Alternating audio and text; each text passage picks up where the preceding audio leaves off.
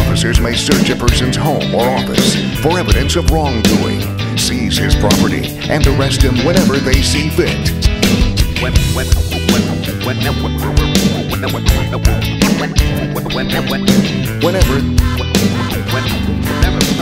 Whenever they see fit.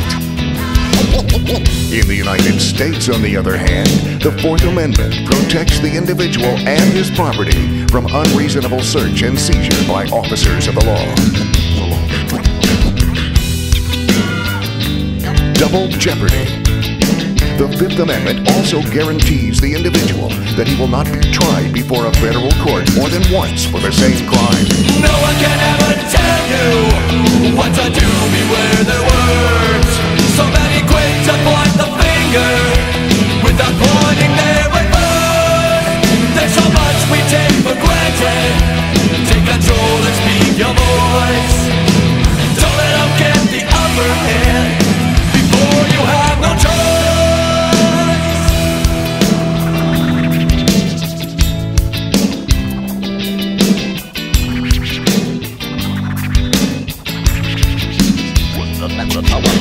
The knock at the door, whether by day or night, has a prelude to a search without authority of law, but solely on the authority of police, is inconsistent with the conception of human rights enshrined in the history of basic constitutional documents of English-speaking peoples.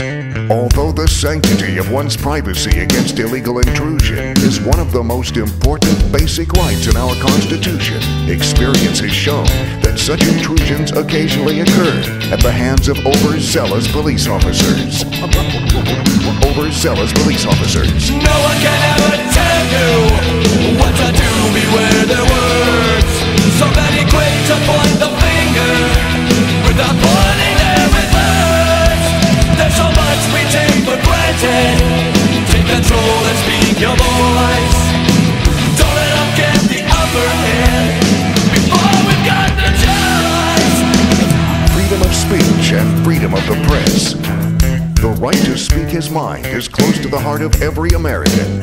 The Constitution prohibits most forms of censorship over the press and speechmakers. The argument against censorship is clear. No government official should be permitted to dictate what ideas or beliefs we are entitled to hear or believe.